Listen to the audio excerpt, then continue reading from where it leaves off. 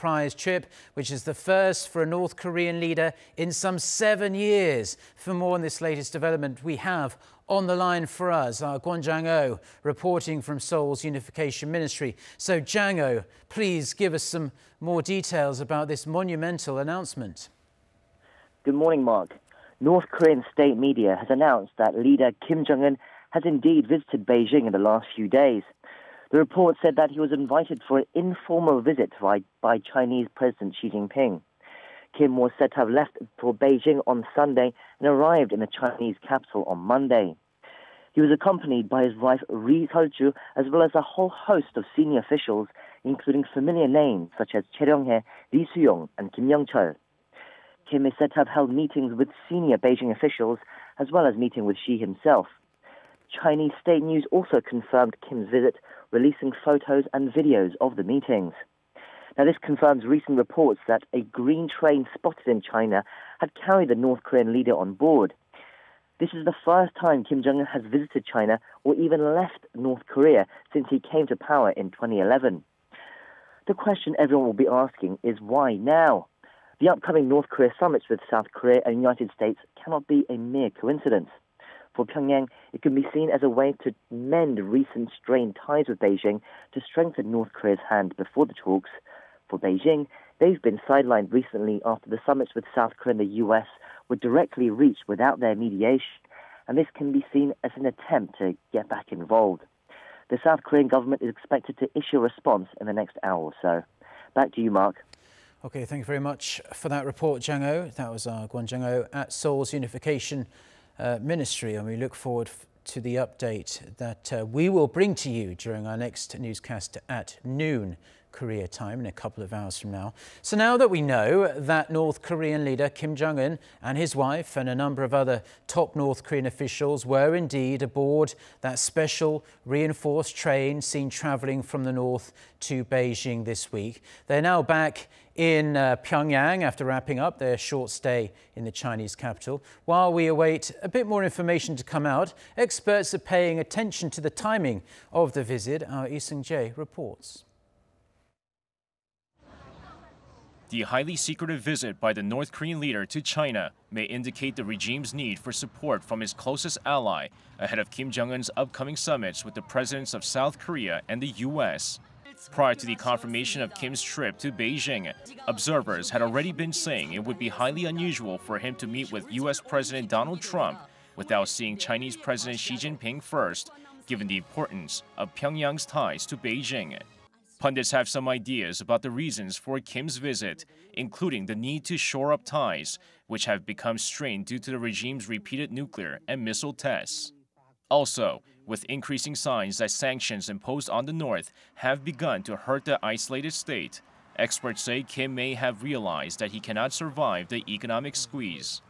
They say Kim may be seeking an easing of sanctions as a concession for continuing dialogue, as China has been less willing than the U.S. to punish the North as long as it commits to diplomacy.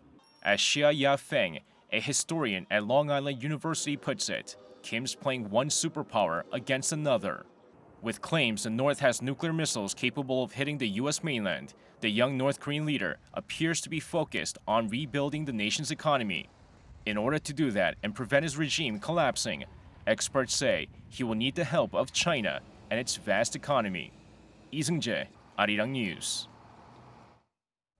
Now, completing his visit to Vietnam and the UAE, President Moon Jae-in landed back in Seoul this morning. His tour started with his state visit to Vietnam last Thursday, where he and his Vietnamese counterpart agreed to boost their bilateral relations into a strategic cooperative partnership. For the second leg of his trip, President Moon visited the UAE and met with the Crown Prince of Abu Dhabi. Despite some concerns over agreements made with the UAE by previous Korean administrations, the two leaders insisted the relations between Seoul and Abu Dhabi remain, quote, special and strong. The Blue House also confirmed that the UAE pledged to give South Korean companies new energy development projects worth around $25 billion US.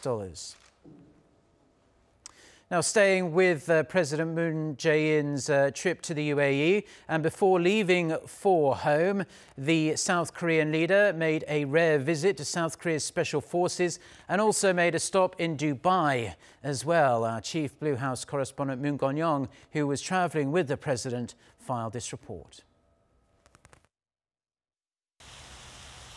The United Arab Emirates, although its ties with South Korea stretches back nearly 40 years, it's only been in the last decade or so that the relationship got stronger. Well, that partnership just got bumped up to a whole new level. Roughly an hour's drive from the center of Abu Dhabi is a small town of Jaein. It's where South Korean Special Forces team operates under the name Akh, which means brother in Arabic. The 140 Special Forces received a rare special guest Tuesday. Their commander-in-chief is South Korean President Moon Jae-in. Mr. Moon, a former Special Forces soldier himself, could not hide his sense of pride in his elite unit, touting them as a key link in South Korea-UAE relations. He said Crown Prince Mohammed had spoken in high regard of the Akh Unit, saying it has served as a cornerstone in raising their bilateral cooperation to a whole new level. South Korea's commander-in-chief again stressed that the United Arab Emirates is South Korea's closest friend nation in the Middle East. 아크 부대의 존재로 인해 양국은 특별 전략적 동반자 관계로 발전했고 또 형제 국가가 되었습니다. His next stop at the Emirate of Dubai. The South Korean leader met with the ruler of Dubai, Mohammed bin Rashid Al Maktoum, to discuss ways to boost bilateral ties with the emirate, which could serve as Seoul's gateway to the Middle Eastern and African market. At a meeting with business leaders from his country and Dubai in the Burj Khalifa, the world's tallest building, President Moon put his CEO cap back on. 이제 한국은 평화와 번영의 한반도를 만들어가고 있습니다. 지금이 바로 한국에 투자할 가장 적합한 시기입니다. President Moon Jae-in now flies back to South Korea, having wrapped up his 7-day two-nation overseas tour, which took him to Hanoi, Abu Dhabi, and Dubai. But it's no easy task back at home either. Waiting for him a pile of work, the historic Inter-Korean Summit, and a proposal for constitutional amendment, among many others. Reporting from the United Arab Emirates, Moon Gon-young, Arirang News.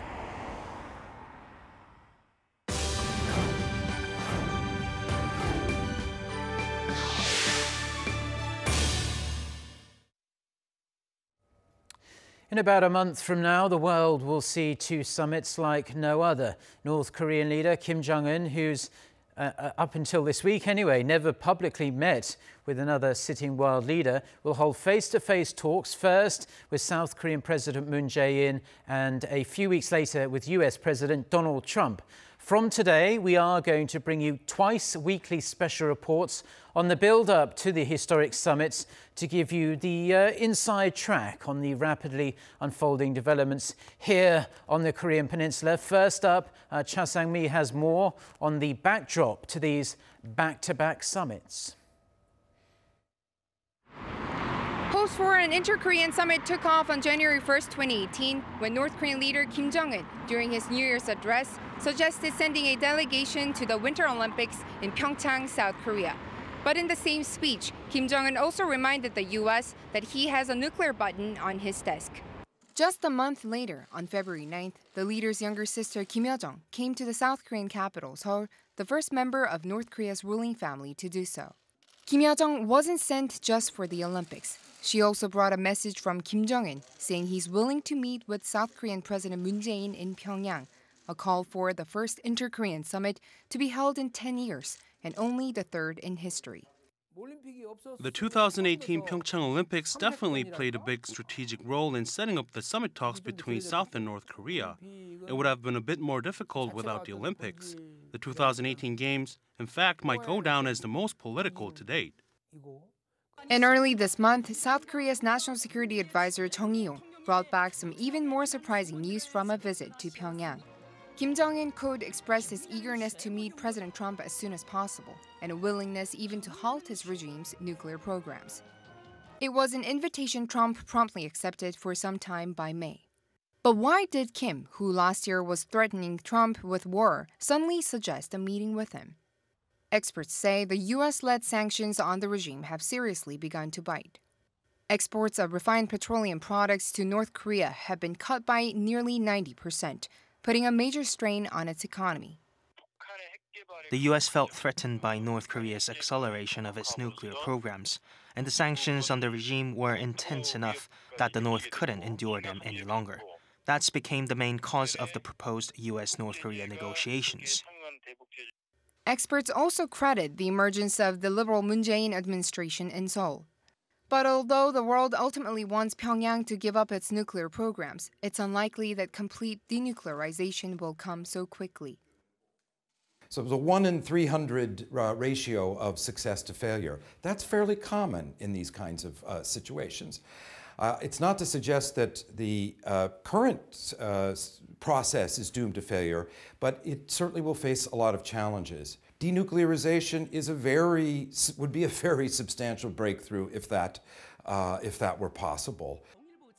Whether it was the unbearable pressure from the international community or Moon's Olympic diplomacy, experts say now is time to focus on what's been achieved, 2 imminent summit meetings. Cha Sang-mi, Arirang News.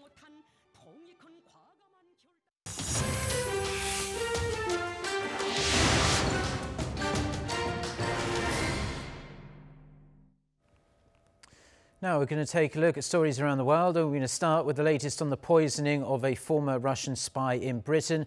NATO has joined the US, the EU and a host of other nations in expelling Russian diplomats in response to the nerve agent attack on that former spy and his daughter. For more on this and other international news, let's turn to our Noah Aram. So Aram, Moscow continues to deny any involvement at all, but it seems the rest of the world is not convinced. That's right, Mark. NATO Secretary General Jens Stoltenberg announced Tuesday that the alliance will expel 7 staff from the Russian mission.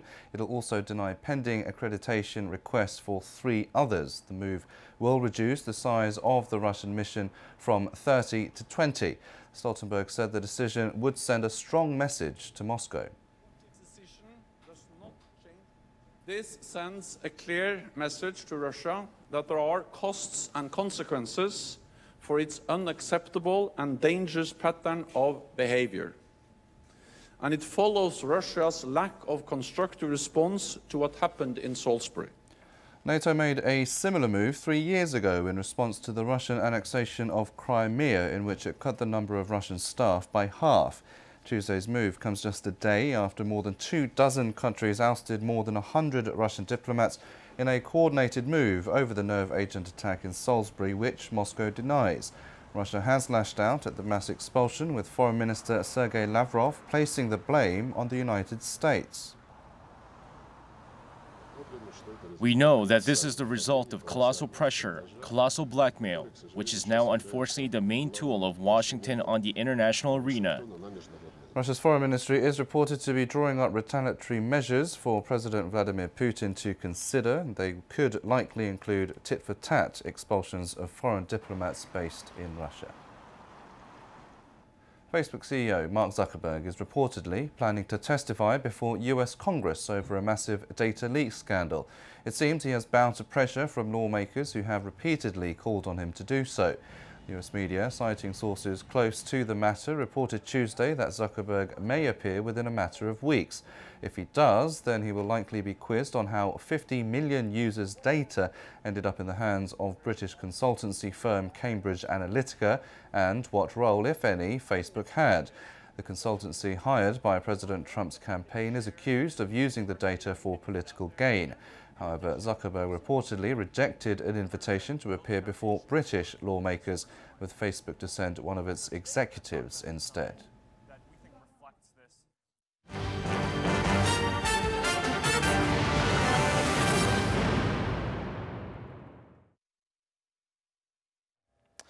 Korea has been smothered in a band of ultrafine dust for a number of days now. The local authorities are doing what they can to try and mitigate the problem, but there's not really much they can do at this point other than warn the public when dust concentrations are high. Hopes were dashed yet again that we might have some better air quality today, with readings still high across most of the country this morning. Therefore, since this chronic problem isn't likely to be sorted out anytime soon. We wanted to get an expert's take on how harmful this ultrafine dust is to our bodies. With me in the studio is Dr. Kwon Hyuk-soo of the Department of Allergy at the Asan Medical Center for his take on this national health emergency pretty much at this point. Doctor, thank you very much for joining us this morning. Well, it's great to be here. Thank you.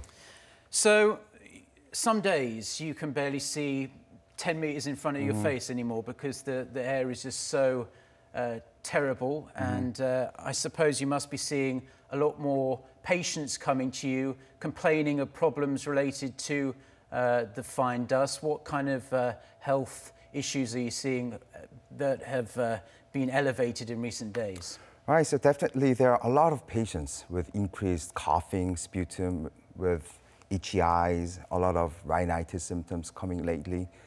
And I think the biggest problem is that I have more severe elderly asthma and chronic obstructive pulmonary disease patients, and they come with unscheduled visits with acute exacerbations of their symptoms. So I think this is pretty much a big problem, which I can definitely see in my office. These toxic particles, they're PM 2.5, we hear about all the time in the news. They are pretty much invisible, apart from when they're all grouped together, which causes the smog. But just how much damage do these fine dust particles do to our body? It's not just the lungs it affects, is it?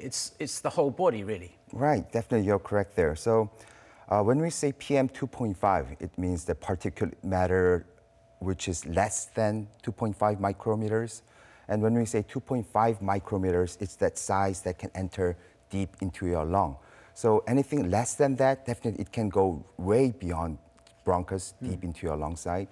And included in PM 2.5 are those nano-sized particles, which is less than 0.1 micrometer, and that can actually enter your bloodstream and recirculate all throughout your body and enter cells directly. So it can definitely affect all of your body. And it definitely increases heart diseases, arrhythmia, irregular heartbeats, stroke, and it also can affect like your brains also. Those particles actually find in a lot of brain tissues. It can enter placenta into the fetus of pregnant women, so it can also affect those fetal development, which can affect their life, all of their lives. And I think the most concern is that in chronic exposure, it increases cancer of all sorts. So if you look at all kinds of cancer paper studies, you can see associations with increased dust particles with every kind of cancer. So it's going to be a big health problems in the future with a lot of economic burdens of the society. Before we let you go, I have a two-part question for you, because we are commonly told to wear a face mask. When you go outside, you see a variety of different types, from just your regular ones you can buy for $1 or so in the convenience store, all the way up to your something that wouldn't look out of place in a chemical weapons attack. Sometimes you do see people wearing those. Do you suggest that people wear those? How effective are they? We also hear as well, if you drink 8 cups of water a day, you'll be able to flush it out of your system. Is that true? And do you have any other remedies to help us at least struggle through this problem we're going through at the minute? Yeah, so drinking a lot of water does produce a lot of more mucus production, which can clear out a lot of particles in your respiratory systems, and definitely a lot of urine can take out a lot of your waste. But I think more important thing is that we should be staying indoors when there's like warnings of a lot of dust particles in the air. And in terms of wearing masks, I think people are very dependent upon wearing masks. Everyone's wearing masks on the street. And I think the most important thing is that they should wear certified masks that can prevent these dust particles. A lot of people are wearing just cotton masks, which they wear for like common colds. That's not going to be helpful at all. Right. And when they're wearing masks, it should be fitted very tightly. If it's not, then a lot of air will come inside, and it's not going to be effective at all. So just very tight putting on the mask is very important when they're wearing those masks. For young kids, a lot of parents are actually giving them a lot of masks, which small ones, but I would say most of the children do not have their masks on very tightly. So it's more of a psychological thing rather than real effect on their breathing it. So for children, I would say stay indoors. And mask, I don't think it's going to be very effective unless they really have that tightly on, which is very unusual for little kids. And for indoors, air cleaners or good filtration system definitely is going to be helpful for cleaning the indoor particulate matter levels. And I think those are the things that can only be helpful for acute respiratory symptoms. And as I mentioned, those small nanoparticles in the particulate matter, which can actually enter your bloodstream, those can just freely enter those masks, because those masks can only filter matters that's more than 0.4 micrometers. And those nanoparticles that enter your lung are less than 0.1 micrometers. So even very highly efficient certified masks will not protect you from getting those cancers and all those heart diseases when you are in that situation for long term. So decreasing production of this particulate matter with better policy making, and people should be, very ready to be living in more inconvenient society, because they should be using less cars, producing less things. But I think that we should do for our future generations, definitely. Well, we have a long road to go, but there have been certain places around the world at certain parts in time which have had similar issues with air pollution, like Korea and China are going through today, and eventually they did clean up their air. So there is hope, perhaps, in the years to come that we can sort this out, and we can look back on this period of history and really try not to repeat it again. Well, thank you very much, Doctor, for joining us, and we do appreciate your insights. Thank you very much.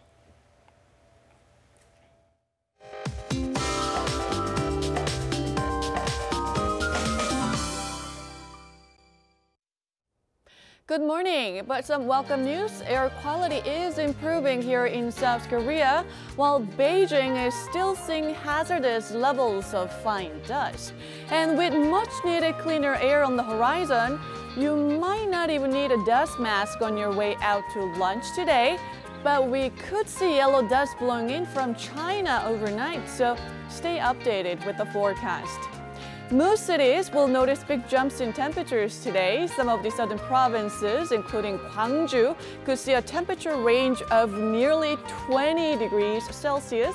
So let's take a closer look at today's highs. Seoul and Busan will get up to 19 degrees Celsius, while Daegu will make it to 25 degrees under mostly sunny skies. With that, let's take a look at the international weather for viewers around the world. So many parts of South Korea will have a similar or higher afternoon temperatures than yesterday.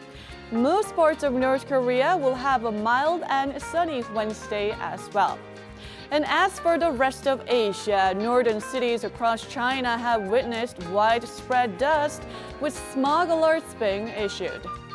And people in Melbourne woke up to a balmy morning, and it's only going to get hotter, with temperatures expected to reach up to 29 degrees. And heading to North America, Washington, D.C. will have temperatures jumping above 15 degrees Celsius for the first time this month on Wednesday. And as for South America, most parts will have a repeat of Tuesday's weather conditions. Taking you to Europe, those of you in Moscow will have a real harsh winter-like conditions for the next couple of days.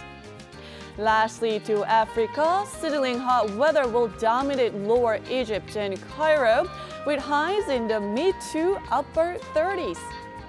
And that's all the weather update for now.